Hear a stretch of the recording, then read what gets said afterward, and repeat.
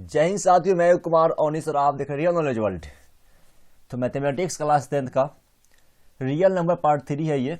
इसके पहले इसका पार्ट 1 और पार्ट 2 आप लोगों को मिल चुका है, उसको आप जरूर देखिएगा।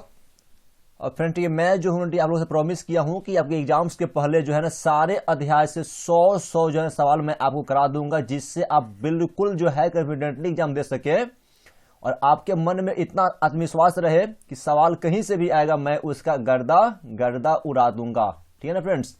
तो सवाल का गर्दा उड़ाना हो तो देखिए रियल नॉलेज वर्ल्ड, है कि नहीं? तो चलिए फ्रेंड्स, रियल नंबर जो है इसका ये पार्ट 3 है और इसके पहले पार्ट 1 और पार्ट 2 आप लोगों को मिल चुका है। और हाँ, यदि आपके मन में कोई डाउट होना तो टेलीग्राम को ज्वाइन जरूर कीजिएगा, क्लियर। और टेलीग्राम पे जो है ना आप अपने डाउट क्वेश्चन भी पूछ सकते हैं, क्लियर फ्रेंड्स। वहां पे जो सवाल आप छोड़ दीजिएगा, जब भी टाइम मिलेगा मैं आपको सवाल का जवाब जरूर दूंगा। Telegram link description box. देखिए फ्रेंड्स, आज का पहला सवाल है परिमेय संख्या p बट्टा q, ठीक है ना। देखिए, तो परिमेय संख्या p बट्टा q जहां q बराबर 0 नहीं है का दशमलव प्रसार कब शांत होगा, जब q के अभाज्य गुणनखंड क्या होंगे। यानी परिमेय संख्या p बट्टा q का दशमलव प्रसार शांत कब होता है, जब q के अभाज्य गुणनखंड मतलब फ्रेंड्स क्या होते हैं। देखिए, ये आपका p बट्टा q के रूप में है क्या, रेशनल नंबर परिमेय संख्या। और ये q का, ठीक है ना, जब देखिए जब ये q का मान आपका 2n इंटू 5m के रूप में आता है ना, तब ये होता है शांत दशमलव। यानी कि q को ब्रेक करने पर ये आपका अभाज्य संख्या 2n इंटू 5m के रूप में आएगा, तब ये क्या होगा, आपका शांत दशमलव होगा। देखिए ऑप्शन नंबर आपका ए में फ्रेंड्स क्या बोल दिया, 2n इंटू 3m। देखिए 3 नहीं, ये 5 होना चाहिए था। Option number A is wrong.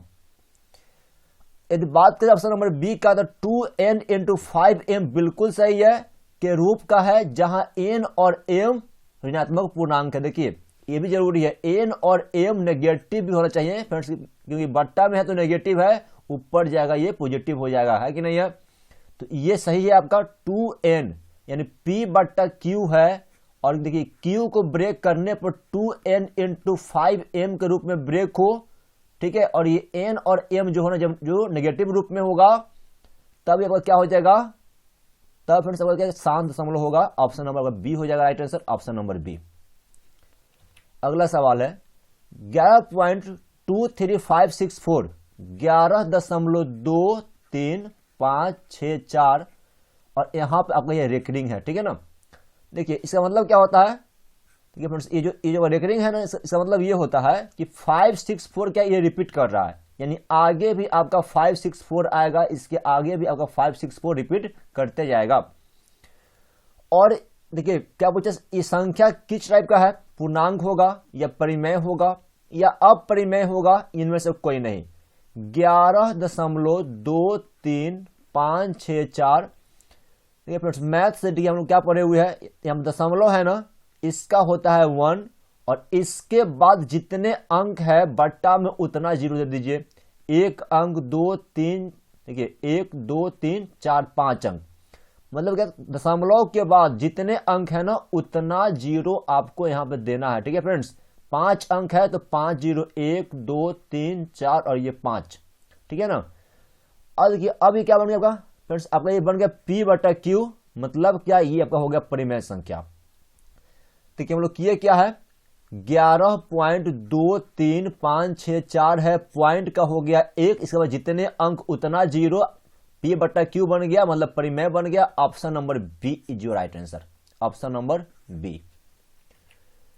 5.2372 बताइए ये नंबर कैसा है, 5.2372 बताइए फ्रेंड्स ये नंबर कैसा है आपका। देखिए 5.2372 जस्ट लाइक, सवाल नंबर 2 जो अभी हम लोग किए है ना, पॉइंट का आपका हो जाएगा यहाँ पे 1 और इसके बाद जितने अंक है, जितने डिजिट है उतना जीरो बैठा दीजिए। 1 अंक 2 अंक 3 4 अंक है ना, यहाँ पर 4 ठो जीरो आप दे दीजिएगा, ठीक है। ये देखिए फ्रेंड्स अब क्या बन गया, p बटा q बन गया ना, मतलब हो गया परिमेय संख्या। दशमलव का दीजिएगा 1 और इसके बाद जितने अंक उतना जीरो, 4 ठो अंक तो 4 ठो जीरो, p बटा q बन गया, मतलब ये परिमेय बन गया, option number B is your right answer. अगला सवाल, √3/12 क्या है? √3/12 परिमेय होगा या अपरिमेय होगा या पूर्ण संख्या होगा या विषम संख्या होगा? देखिए √3 फ्रेंड्स √12 है ना, देखिए यहाँ पे इसको हम क्या लिख सकते हैं, √3 अब बट्टा में, देखिए फ्रेंड्स ये √12 है, इसको हम लोग क्या बोल सकते हैं, √4 गुना 3, 4 तिहाई का 12 होता ही है। आगे देखिए √3 ठीक है फ्रेंड्स, 4 का देखिए 4 का फ्रेंड्स बताइए आपका वर्गमूल क्या होता है, 2 होता है ना, 2 और √3 आपका अभी भी √3 में रह गया अंदर में। √3 से √3 को साफ कर दिए, ऊपर बचा 1, नीचे आया 2, 1/2 क्या है आपका परिमेय संख्या है, यानी option number A is your right answer, आपका ये परिमेय हो जाएगा। एक शून्येतर परिमेय संख्या और एक अपरिमेय संख्या का गुणनफल या भागफल क्या होता है? देखिए एक परिमेय संख्या और एक अपरिमेय संख्या का गुणनफल कीजिएगा फ्रेंड्स, यानी इसको भाग दीजिएगा, हमेशा आपका अपरिमेय आएगा। एक परिमेय संख्या और एक अपरिमेय संख्या का फ्रेंड्स जोड़ या घटाव या गुना या भाग हमेशा क्या होगा, आपका अपरिमेय ही होगा। अरे भाई परिमेय में अपरिमेय जोड़िएगा या घटाइएगा या गुना कीजिएगा फ्रेंड्स या भाग कीजिएगा, आपका अपरिमेय का ध्यान रखिएगा, ऑप्शन नंबर आपका हो जाएगा ए। अगला सवाल, परिमेय और अपरिमेय संख्याओं के योग या अंतर क्या होते हैं? देखिए परिमेय और अपरिमेय संख्याओं का योग मीन्स क्या, जोड़।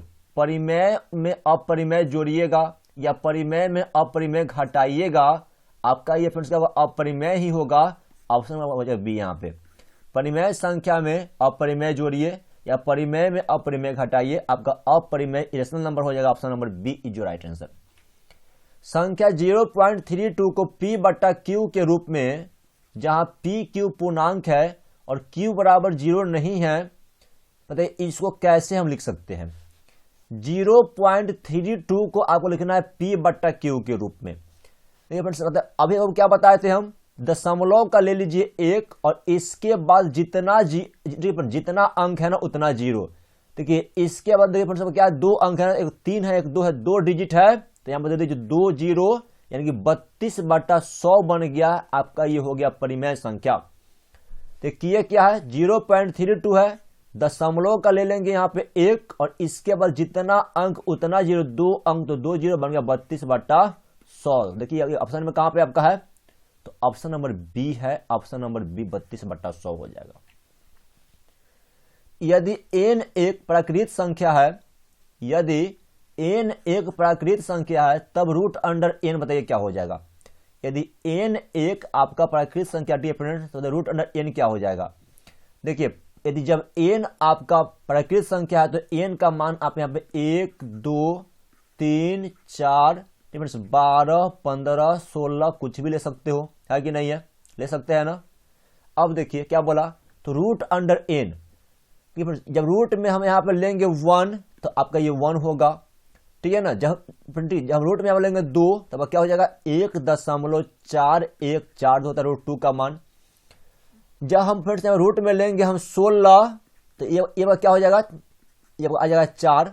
16 का आपका होता है √4 होता है ना यहाँ पे वर्गमूल इसका। यदि हम रूट में लेंगे फिर से यहाँ पे मान लीजिए 25 तो आपका ये हो जाएगा 5 होगा ना। मतलब क्या, देखिए आप √2 लिए फ्रेंड्स, 1.414 हो गया ना। मतलब क्या कि प्राकृत संख्या का जब आप अंडर रूट कीजिएगा तो ये कभी आपका परिमेय भी आएगा और ये कभी आपका अपरिमेय भी आएगा। मतलब कोई जरूरी नहीं कि हमेशा परिमेय ही हो या अपरिमेय ही हो, है कि नहीं।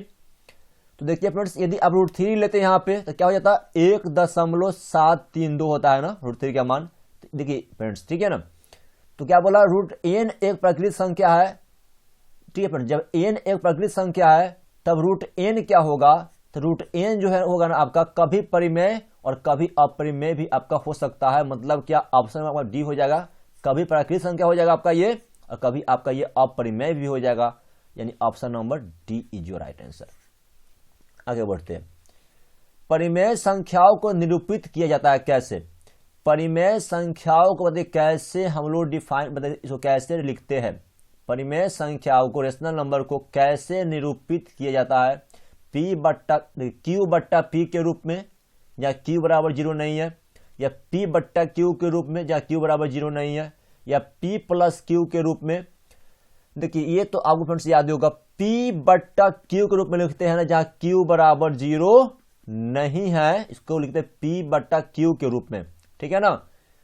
तो देखिए ऑप्शन आपका ए पे क्या है, क्यू बट्टा पी है, जो कि रॉन्ग हो जाएगा, इसको लिखते हैं पी बट्टा क्यू के रूप में। Option number P is your right answer. अब परिमेय संख्या को पी बट्टा क्यू के रूप में व्यक्त किया जा सकता है जहां क्यू बराबर 0 नहीं है, नहीं, हाँ, ए और बी दोनों। देखिए अपरिमेय संख्या को जो है ना पी बट्टा क्यू के रूप में, जहां क्यू बराबर 0 नहीं, इस रूप में हम इसको नहीं, इसको जो है ना इस रूप में हम इसको नहीं लिख सकते हैं। यानी अब क्या हो जाएगा, यहां पर हो जाएगा ऑप्शन नंबर ए, अपरिमेय संख्या को पी बट्टा क्यू के रूप में जहां क्यू बराबर 0 नहीं है, इस रूप में इसको हम नहीं लिख सकते हैं। Option number A is right answer. यदि परिमेय संख्या के हर में 2 और 5 के अलावे कोई अन्य रूट गुणनखंड हो तो इसका दशमलव प्रसार कैसा होगा। देखिए परिमेय संख्या के हर में 2 और 5 के अलावे कुछ भी आएगा तो ये आपका हो जाएगा अशांत आवर्ती। ऑप्शन नंबर आपका हो जाएगा ए, ठीक है फ्रेंड्स। यानी पी बट्टा क्यू में पी को बोलते हैं अंश, क्यू को बोलते हैं हर, ये है न्यूमरेटर, ये है डिनोमिनेटर, ठीक है ना फ्रेंड्स। तो देखिए इस क्यू को ब्रेक करने पर जब ये अभाज्य संख्या 2n और 5m के रूप में टूटेगा ना, तब आपका ये होगा शांत। लेकिन 2 और 5 के अलावा कुछ और यदि आता है, मान लीजिए यहाँ पर 7 आ गया, ठीक है, यहाँ पर 9 आ गया, तब आपका ये क्या बन जाएगा, अभाज्य, ठीक है, आपका क्या बन जाएगा, अशांत बन जाएगा ना। यानी कि आपका ये हो जाएगा अशांत आवर्ती। Option number A is your right answer. अगला सवाल है, यदि परिमेय संख्या के हर में रूट संख्या 2 या 5 या दोनों हो तो दशमलव निरूपण कैसा होगा। परिमेय संख्या के हर में जो रूट संख्या 2 या 5 हो या दोनों होगा, तो देखिए फ्रेंड्स अब क्या बोले, पी बट्टा क्यू में क्यू जो हो ना 2n और 5m के रूप में हो, या तो 2 और 5 दोनों हो या कोई एक हो, ठीक है फ्रेंड्स। तो क्या होगा, आपका शांत हो जाएगा। 2 और 5 दोनों हो या कोई एक हो तो शांत हो जाएगा। इसके अलावे 2 और 5 के अलावे क्यू के रूप में कुछ और आया तो वो क्या जाएगा, आपका अशांत हो जाएगा। तो यहां पर क्या बोल रहा है, 2 और 5 या दोनों होगा तो शांत होगा। ऑप्शन नंबर हो जाएगा बी। परिमेय संख्याओं और अपरिमेय संख्याओं के समूह को क्या कहते हैं, बताइए।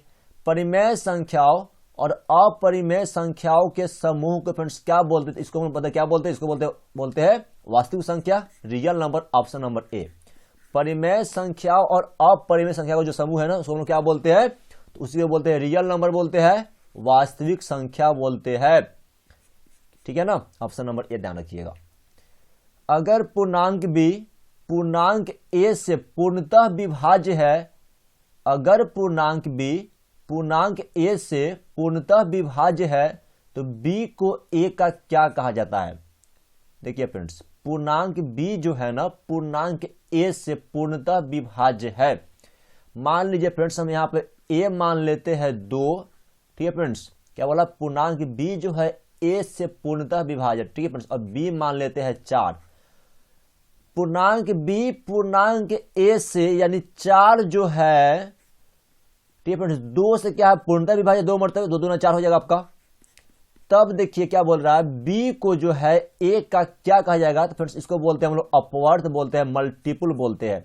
यदि मैं आपको बोलूं कि अब 2 का अपवर्त बताइए, ठीक है, तब क्या बोलिएगा, तो आप 2 में, ठीक है, अब 2 में जो है ना आप नेचुरल नंबर से गुणा करना शुरू कर दीजिए। 1 से कीजिए मल्टीप्लाई, ठीक है, फिर 2 से कीजिए मल्टीप्लाई, फिर 3 से, यानी 2 एकम का 2, 2 दूना का 4, 2 तिहाई का 6, 2 चौका 8, 2 पचे 10, ये सब, और एंड सो ऑन, ये आपका आगे बढ़ता जाएगा। मतलब कि 2 में जो है, 2 में जो है ना आप नेचुरल नंबर से गुणा कीजिएगा तो ये सब क्या आ गया, इसका अपवर्त आ गया, यानी इसका मल्टीपल हो गया। बात समझ में आया फ्रेंड्स।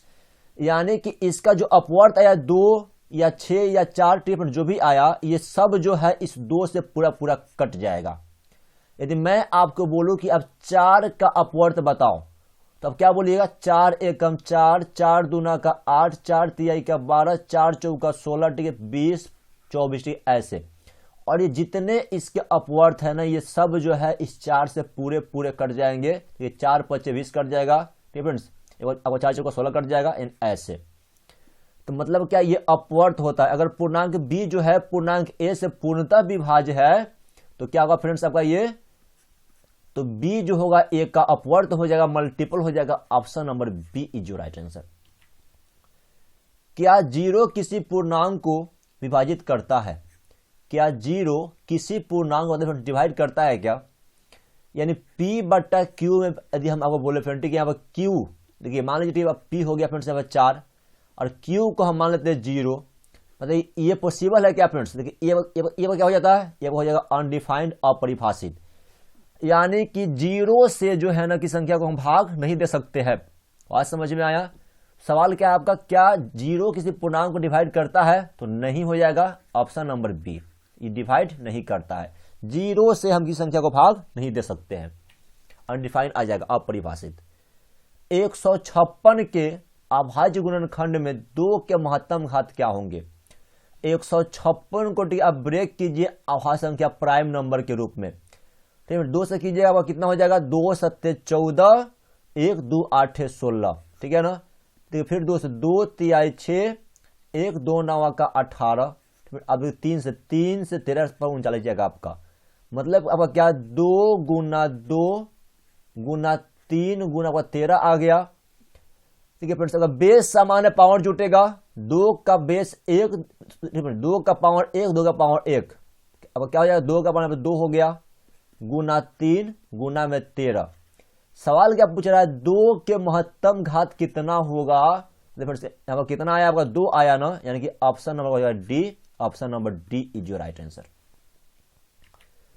वह धन पूर्णांक जो 1 अथवा स्वयं से भाज्य हो, वह धन पूर्णांक जो 1 अथवा स्वयं से भाज्य हो किस तरह के पूर्णांक होंगे?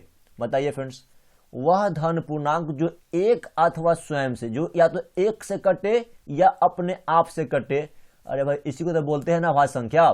अरे वह संख्या जो 1 से कटे या खुद से कटे उसी को बोलते हैं प्राइम नंबर, अभाज्य संख्या। आपको हो जाएगा ऑप्शन नंबर बी हो जाएगा, अभाज्य संख्या प्राइम नंबर।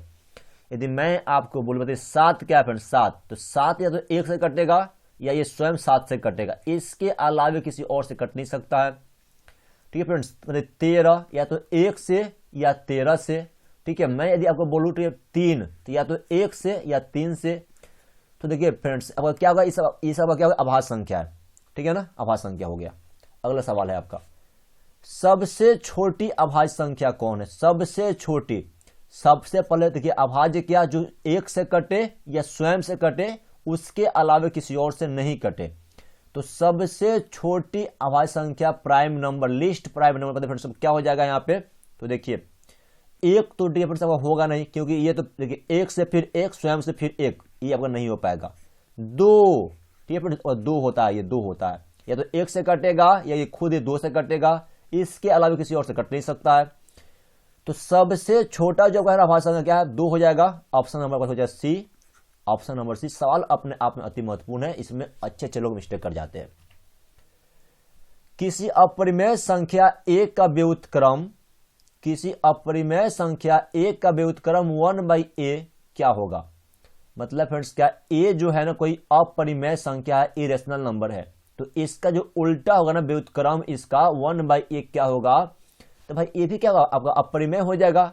मान लीजिए √3 आपका अपरिमेय संख्या है, इसका आप 1/√3 कीजिएगा, मतलब फिर आपका ये भी क्या हो गया, आपका अपरिमेय ही हो गया ना, यानी कि option number A is your right answer.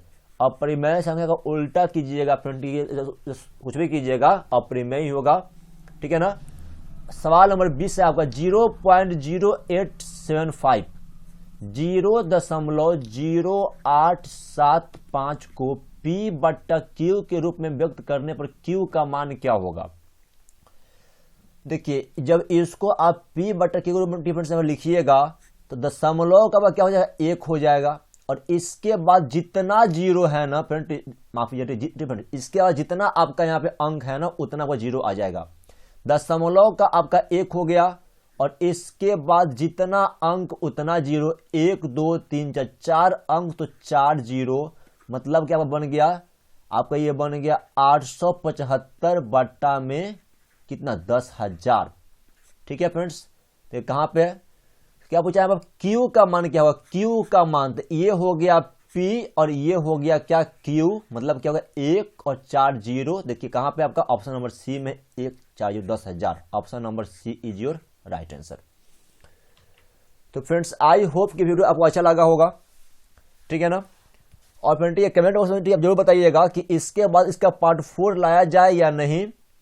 Please like the video, subscribe the channel and press the bell icon. और हाँ फ्रेंड ठीक है, टेलीग्राम पर जो है ना आप फॉलो जरूर कीजिएगा, क्योंकि वहां जो है ना आप डाउट क्वेश्चन भी पूछ सकते हो, ठीक है, और डायरेक्टली हमसे जुड़ सकते हैं। तो जय हिंद, जय भारत, वंदे मातरम।